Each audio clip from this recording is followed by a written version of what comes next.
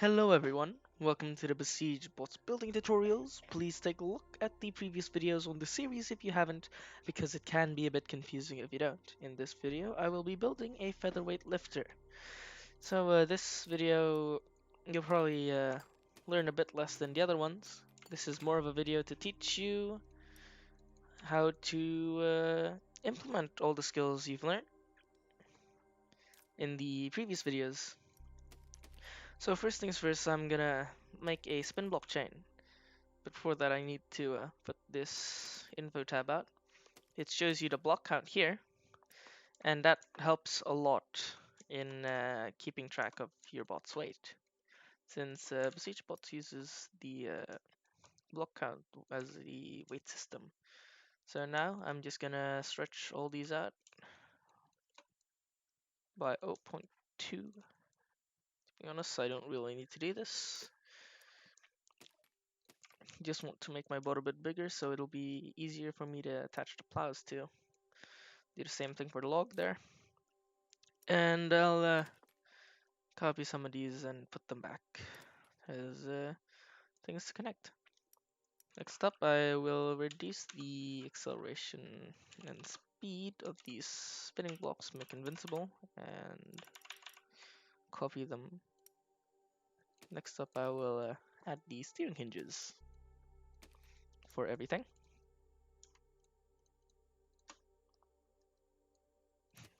This is the third time I am recording this video, so last two tries were a bit oof. But everything seems good now. Yeah, that seems like it's working fine. Let's put some steering hinges here. Oh, this can probably be moved forwards a bit. Right about there.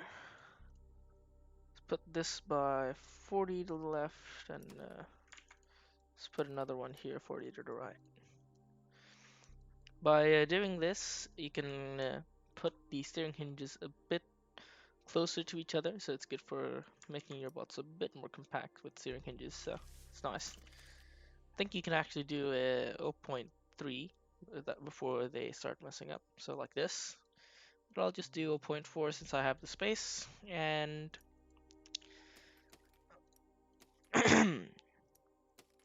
since I have the space, and so it doesn't really, so I don't have to worry about it. Next up, I will be putting the wheels. I will make that 3 stack. And now I will be putting the plows on. I will also angle the side plows right here. And then I'll make everything work right. Is it attaching? It is not. So I'll just move these a bit more there. Oh, these bits are fine. This is the one that's not fine. Angle them a bit more. Should be fine. This should be okay. It is. Put this on the other side. And yeah, you got the plow wedge. Now I will angle them upwards by 5 degrees. This makes the bottom side of the plow completely flat to the ground. Is the correct angle to put all your plows at, if you're actually interested in wedging. Next up, I'll be putting the steering hinges. Be moving 0.5 inside, so the primary connection is right in the middle of the hinge point there. Oh, it is not working, so I will now put the slog here a bit closer there so it connects. Connecting, now it is. Let's move this by 0.5 so it's nice and symmetrical between. Yeah, seems good. These plows are way too high up. I mean way too low.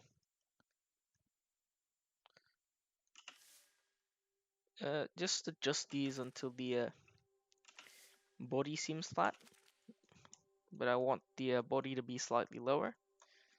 So I'll be adjusting the wheels up as well. If it looks flat enough, then it's probably good. So this looks pretty flat, but I want them just a bit more. So let's do 0.25. bit much. Yeah. One tick. There we go. 0.25 was too little. Let's go 0.5. Seems pretty flat to me. So now let's wire up the lifter. X and Z, rotation speed 3, max 0. Let's go 100 on the angle. Oh, it's lifting downwards. Let's do this. Yeah, it's lifting right now. Let's wire up the drive, and it's quite underweight actually. Full friction. Minimum 7.4. I am using my numpad tank steer setup, so no, not 0. But if you want to learn how to use how to wire these up arrow key style, you can look at the video, video explaining on how to do drive systems. But this is the controls that I prefer, so this is what I'll be using. Whenever you're making a control bot, please do make sure that your wheels can drive even when when your front wedge is lifted off the ground. As you can see, the most back part is my whole wheel. It helps with wedging a lot, and if you're getting wedged, you can still drive off. And that's very useful in control bot fights. Even though this is not really meant for fighting other control bots, it'll be at least decently useful when fighting them. I will now add some downforce since I am quite underweight. Let's do this. I set it up to control because that is the bindings that I like. You can wire it up to whatever you prefer. I've also put reverse because this is facing that way, and then I put it on toggle because I don't want to keep holding on it. So now this should keep the wedge quite planted to the ground, but I think I'm gonna make it a double downforce. Now I'll just keep it with 1 so I can have more drive. I will be putting 3 flying blocks here because I think that is the maximum amount you can have on a featherweight. Although, if you are using downforce, you are only allowed 1 less of the maximum amount of flying blocks that you're allowed in any weight class. So you can, if the maximum for weight class is 3, you can only use 2 for downforce and the rest for drive. So that seems good. I did. Why did I put them to toggle mode? I'm not sure why. Now it's 40 blocks. It's only a raptor.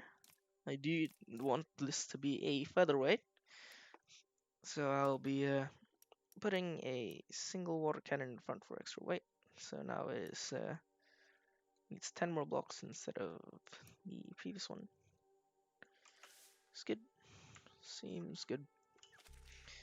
Let's put some more weight in visuals by adding these as well. I should probably reinforce these logs and steering hinge connection there as well.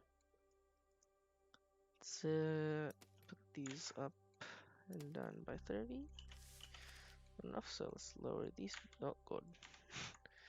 A few misclicks can happen and that shit can happen, but a bit of control Zing will help you in that. Let's reinforce these log connections as well so they don't break. I'll just do the ones on top and copy it to the bottom. Just make it completely flat there. Should be good. Let's unbind these steering hinges while we're at it. Now it's slightly heavier in the front end. It still bounces quite a bit, but it's better. Guess I'll be adding some extra grabber bits in the bottom of the wedge.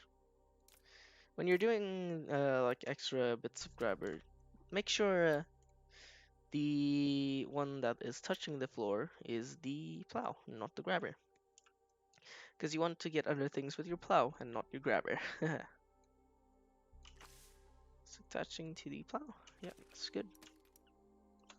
Just extra bottom bits there to look. Next up, I will paint the bot. Paint all the blocks on the bot. Okay. I will paint it purple and black, like so. A bit of darker black here. Before you test your bots in like actual fights and stuff, make sure you have painted at least the logs. But painting everything is a lot easier, so because you can just do drag and paint. Another thing is if you want to paint these like uh, what are they called? Water cannons, and they're inside of something. Just drag, and they should paint everything in there. So let's see how this drives. It should be pretty quick. I'm not sure why it doesn't really drive straight. You can just copy this whole design and make your own. I'm completely fine. Although if you are copying another person's bot, please do ask them in server before you do that. There's even a rule in the server for that. So that's pretty much all for this video. Thank you for watching. If you want to learn more, there will be please watch the other videos. There will be more videos coming. There will probably be a bit more complicated in spinner mounts and shit like that.